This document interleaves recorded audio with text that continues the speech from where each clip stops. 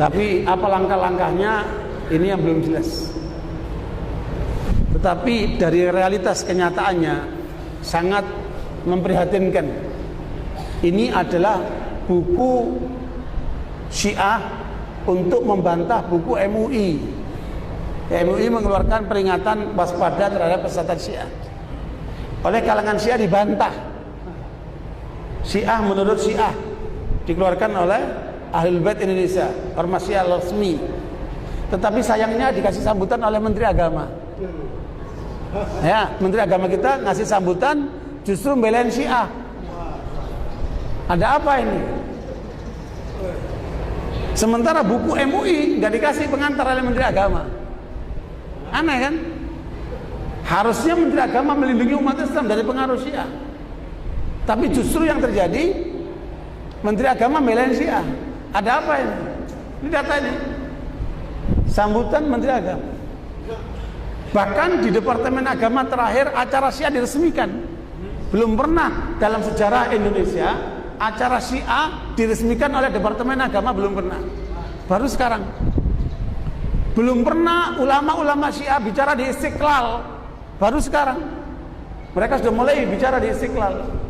Artinya mereka sudah menembus wilayah pemerintah. Ya, berarti ini tanggung jawab kita umat Islam. Bagaimana kemudian mendesak pemerintah untuk membatasi dari pengaruh Syiah itu. Karena jelas Syiah menjadi ancaman buat umat Islam, ancaman buat negara. Tapi mengapa kemudian mereka masih menampung Syiah, melindungi Syiah, bahkan memberikan jalan kepada Syiah? Nah, ini menjadi tanggung jawab kita bersama. Ya, kita terus berjuang meyakinkan pemerintah, kemudian mengungkap tentang bahaya mereka. Bahkan ini rahasia penting khusus untuk warga Tulungagung dan sekitarnya, bahwa ada tokoh Syiah yang kemarin sadar menjadi Sunni, mengungkapkan data bahaya sekali. Dalam data itu disebutkan Syiah dengan dukungan Iran akan mensuriahkan Indonesia di tahun 2020. Ya, Syiah akan mensuriahkan Indonesia di 2020. Nah, mudah-mudahan ini tidak terjadi. Tetapi dengan data ini kita harus menjadi waspada, ya, atas gerakan mereka ini. Ya, jangan sampai Indonesia seperti apa? Yaman, yang tadinya kecil seperti Indonesia, pengajian, masjid salim, sekolahan, panti asuhan, tahu-tahu mereka angkat senjata dan kudeta. Itu di Yaman. Ya, begitu pula sebelumnya di Bahrain, tapi gagal. Begitulah mereka kemudian melawan dengan senjata di Pakistan, di mana-mana seperti itu. Dan ini tidak boleh terjadi di Indonesia. Makanya sebelum mereka menjadi besar, harus apa? Kita tutup pintunya. Ya, makanya penyadaran kita selama ini seperti ini adalah tujuannya untuk membentengi umat Islam ahli sunnah dari pengaruh Syiah. Mengapa? Karena yang disasar Syiah ahli sunnah. Jadi Syiah selalu datang ke tempat-tempat ahli sunnah untuk mensyiahkan ahli sunnah.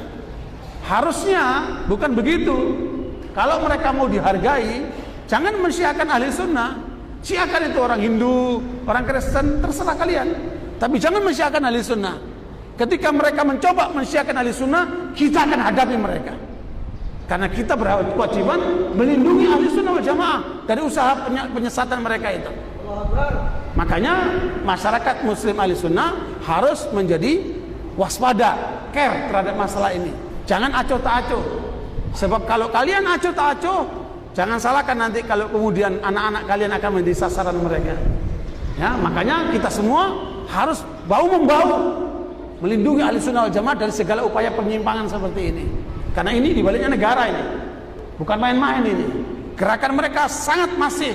Lihat data-data tadi kan, mereka sudah masuk kemana-mana, bahkan sudah masuk ke TNI, ya, sudah masuk ke lembaga-lembaga negara.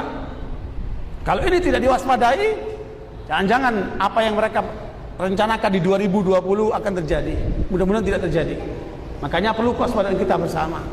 Ya, saya tidak nakut-nakuti, tetapi ini adalah peringatan dini untuk kita lebih waspada. Tsunami aja diperingatkan, apalagi aliran